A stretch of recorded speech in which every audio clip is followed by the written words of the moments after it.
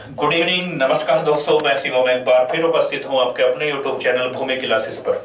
बच्चों, आज हम आपके साथ डिस्कस करने वाले हैं जो आज यूपीएसआई में क्वेश्चन बने हैं। ठीक है, यूपीएसआई में जो जीएस के क्वेश्चन बने हैं उन क्वेश्चन का थोड़ा सा विश्लेषण हम कर लें ताकि इससे आपको आने वाली परीक्षा के विषय में, ठीक है, क्वेश्चन की जानकारी प्राप्त हो जाए कि किस प्रकार के क्वेश्चन आ रहे हैं यहां से। ठीक है, तो देखते हैं यहाँ पे क्वेश्चन कि किस प्रकार के क्वेश्चन आज आए हैं। तो पहला क्वेश्चन यहाँ पे मैं आपको दिखाई दे रहा होगा ये स्क्रीन पर। पहला क्वेश्चन क्या है? भारत का पहला नगर निगम। ठीक है, तो पहले नगर निगम को लेकर क्वेश्चन आपसे पूछा गया कि भारत का पहला नगर निगम कहां पर, मतलब कहां पर स्थापित किया गया था, ये कहां रही है। तो मैं आप लोगों को बता दूं कि ये क्वेश्चन एक प्रकार से रिपीट क्वेश्चन है, क्योंकि अभी हाल ही में जो यूपीपीसीएस 2021 का एग्जाम हुआ उसमें यह क्वेश्चन पूछा गया है। ठीक है, तो जो पहला नगर निगम था वो बना था 1687 में। 1687 में पहला नगर निगम बना, लेकिन कहां बना? तो यह बना था आपका मद्रास में। कहां पे बनाया गया था? मद्रास में। पहला नगर निगम बना मद्रास में। लेकिन इसी के साथ साथ एक जानकारी और आपको मैं प्रोवाइड करा दूं। यहां पे आपने एक एक्ट पढ़ा होगा 1793 का चार्टर एक्ट आपने पढ़ा होगा। इस 1793 के चार्टर एक्ट के द्वारा भी 1794 में, कब?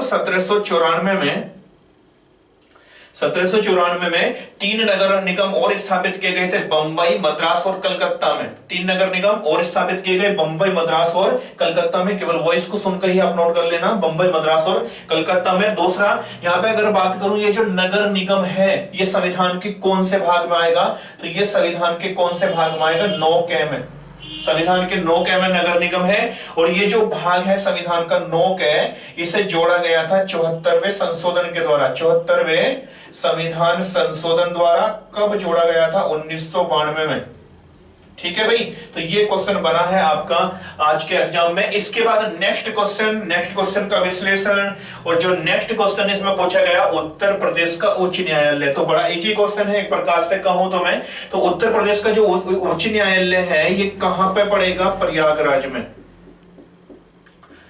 कहां पे पड़ेगा? प्रयागराज में। ठीक है, और इस प्रयागराज के अंदर या जो उच्च न्यायालय की स्थापना की गई थी, इलाहाबाद उच्च न्यायालय, प्रयागराज उच्च न्यायालय की, ये की गई थी 1866 में। नोट करने वाला क्वेश्चन है, 1866 में इसकी स्थापना की गई थी। लेकिन इससे पहले भारत में जो सबसे पहले हाई कोर्ट बने थे वो बने थे यहाँ पे 1862 में, 1861 के अधिनियम के द्वारा। कौन से बने थे? एक तो बंबई में बनाया गया था, एक बनाया गया था आपका कलकत्ता में, और एक बनाया गया था यहां पे आपका कलकत्ता के साथ मद्रास में।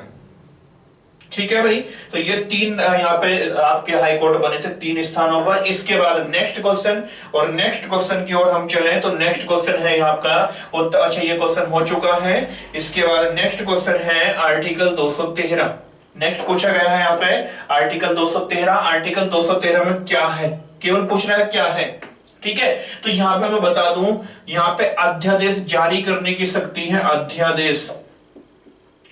और अध्यादेश जारी करने की शक्ति किसके पास है? राज्यपाल के पास। ठीक है, तो राज्यपाल अध्यादेश जारी कर सकता है आर्टिकल 213 के तहत। लेकिन इसी के साथ एक और आर्टिकल देख लो आप लोग। एक आर्टिकल कौन सा है? 124, सॉरी, आर्टिकल 123। आर्टिकल 123। तो 123 में जो अध्यादेश जारी करेगा वो कौन करेगा? राष्ट्रपति। तो राष्ट्रपति के अध्यादेश जारी करने की शक्ति आर्टिकल 123, और राज्यपाल की जो अध्यादेश जारी करने की शक्ति है वो 213 है, जो आपसे क्वेश्चन पूछा गया है। इसके बाद नेक्स्ट क्वेश्चन स्क्रीन पर, और नेक्स्ट क्वेश्चन क्या है? लोकसभा का कार्यकाल कितने वर्ष का होता है? ठीक है, लोकसभा का जो कार्यकाल है ये कितने वर्ष का होता है, ये पूछा गया आपसे। तो मैं आप लोगों को बता दूं कि लोकसभा का जो कार्यकाल है, ठीक है, लोकसभा का कार्यकाल ये होता है, एक प्रकार से मैं बात करूं तो कितना होगा? 5 वर्ष। कितना होगा? 5 वर्ष। लेकिन इससे 5 वर्ष से पहले भी राष्ट्रपति, 5 वर्ष से पहले भी राष्ट्रपति क्या कर सकता है? आर्टिकल 85 के अकॉर्डिंग, आर्टिकल 85 के अनुसार इसे विघटित कर सकता है या भंग कर सकता है। लेकिन सामान्य कंडीशन में कितना कार्यकाल होगा? 5 वर्ष। ठीक है, लेकिन राष्ट्रपति पहले भी भंग कर सकता है, और भंग करने की कुछ कंडीशन है। ठीक है, इसके बाद नेक्स्ट है यहाँ पे नेक्स्ट क्वेश्चन कौन सा है, राज्यपाल की नियुक्ति कौन करता है। यहाँ पे अपॉइंटमेंट को लेकर बात की गई है, नियुक्ति को लेकर बात की गई। तो जो राज्यपाल की नियुक्ति है, ये नियुक्ति कौन करता है, राष्ट्रपति।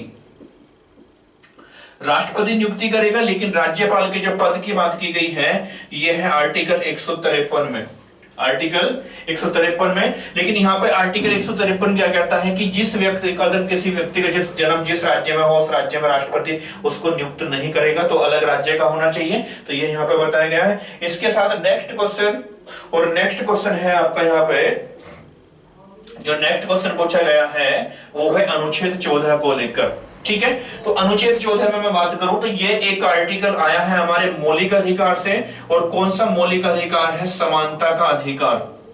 समानता का अधिकार कहां से आया क्वेश्चन, ये मौलिक अधिकार, और मौलिक अधिकार में कौन से मौलिक अधिकार से है, समानता के अधिकार से है। ठीक है, राइट टू, यहां से क्या है, इक्वलिटी की बात करता है ये। और इसके लिए जो आर्टिकल है वो कितने हैं, 14, 15, 16 और इसके बाद 17, 17 के बाद नेक्स्ट आर्टिकल कितने हैं, 18। तो 4 आर्टिकल है समानता के अधिकार में। लेकिन यहाँ पे पूछा गया है कि इसमें आर्टिकल 14 किससे संबंधित है, क्या क्या प्रावधान करता है।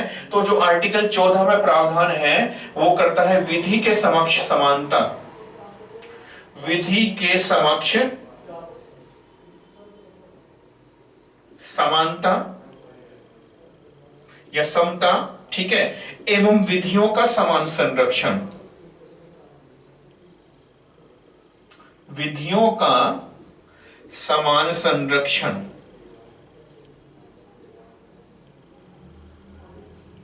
विधियों का समान संरक्षण।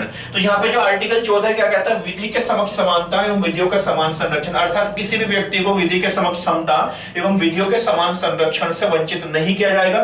2 शब्द हैं, एक विधियों के समक्ष समता है, एक है विधियों का समान संरक्षण, दोनों अलग अलग शब्द हैं। ये शब्द है ये लिया गया है आपका ब्रिटेन के संविधान से, और ये जो शब्द है ये लिया गया है आपका यहाँ से अमेरिका के संविधान से। तो यही डिफाइन करता है कौन सा आपका आर्टिकल 14। इसके बाद नेक्स्ट क्वेश्चन, इस क्वेश्चन के विषय में भी थोड़ा सा, ये आईपीसी से क्वेश्चन है, आईपीसी सेक्शन से।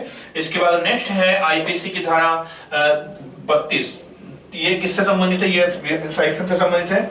और इसके बाद नेक्स्ट है दहेज प्रथा सेक्शन, ठीक है, तो ये भी आईपीसी का है। नेक्स्ट है यहां से केशवानंद भारती केस, केशवानंद भारती केस किस वर्ष में हुआ था, तो ये पूछा गया, केवल आपसे वर्ष पूछा गया है। तो ये है 1973, 1973 में केशवानंद भारती केस हुआ था। ठीक है, और इसमें क्या बोला गया था, इसमें बोला गया था कि प्रस्तावना संविधान का अंग है। ठीक है, ये कई मुद्दों को लेकर कोर्स था, ये मौलिक अधिकारों में भी ये केस आएगा। इसमें संविधान का अंग बताया गया प्रस्तावना को, और साथ ही साथ ये बताया गया है कि प्रस्तावना में संशोधन किया जा सकता है इस केस में। लेकिन यहाँ पे एक सिद्धांत दिया गया था जिसका नाम है मूल ढांचा, मूल ढांचा का सिद्धांत, मूल ढांचा का सिद्धांत। तो क्वेश्चन बन सकता है मूल ढांचा का सिद्धांत किस केस में दिया गया था, तो केशवानंद भारती केस। और एक बात और मैं बता दूं, ये केरल राज्य से संबंधित दे ही रखा है, केरल राज्य से संबंधित है। और इसमें जो सुनवाई की थी वो 13 जजों की पीठ ने सुनवाई की थी। अब तक की सबसे बड़ी पीठ है ये 13 जजों की पीठ। और इसमें जो मुख्य न्यायाधीश थे वो थे ए.के. सीकरी। कौन थे, ए.के. सीकरी। ठीक है, मुख्य जज, तो सब तक की सबसे बड़ी पीठ थी। इसके बाद नेक्स्ट क्वेश्चन है, यहां से नेक्स्ट क्वेश्चन की बात करें तो नेक्स्ट क्वेश्चन है विधवा पुनर्विवाह किसके कार्यकाल में आया था, तो ये आया था 1856 संविधान, ये मॉडर्न आधुनिक भारत का क्वेश्चन है 1856। और 1856 में किसके काल में, लॉर्ड डलहौजी, डलहौजी के शासनकाल में ये आया था, लॉर्ड डलहौजी के शासनकाल में आया था। इसके बाद नेक्स्ट क्वेश्चन, और नेक्स्ट क्वेश्चन क्या है आपका, समानता का अधिकार। तो ये तो क्वेश्चन हो चुका, समानता का अधिकार कौन से कहां पे बात करता है, तो आर्टिकल 14 की बात करता है। समानता का जो मौलिक अधिकार है आर्टिकल 14 से 18 तक है ये। ठीक है, कहां तक है, 14 से 18 तक लेकर। ठीक है, तो ये कुल मिलाकर के क्वेश्चन थे। इसके बाद आगे देख लें कुछ अगर है तो। ठीक है, नेक्स्ट क्वेश्चन, नेक्स्ट क्वेश्चन देखो यहाँ पे, संविधान की किस अनुच्छेद को संविधान की आत्मा कहा गया, और संविधान की आत्मा किस अनुच्छेद को कहा गया, ये आपसे पूछा गया क्वेश्चन। यहाँ पे अनुच्छेद की बात करें तो जब संविधान की आत्मा अनुच्छेद की बात करें तो आर्टिकल 32 को क्या बोला गया है, संविधान की आत्मा। ठीक है, संविधान की आत्मा बोला गया है। इसके बाद नेक्स्ट क्वेश्चन है यहाँ पे, जो अंतिम क्वेश्चन में है आपका, ये यही क्वेश्चन रिपीट है, तो संविधान की आत्मा क्वेश्चन हो चुका है।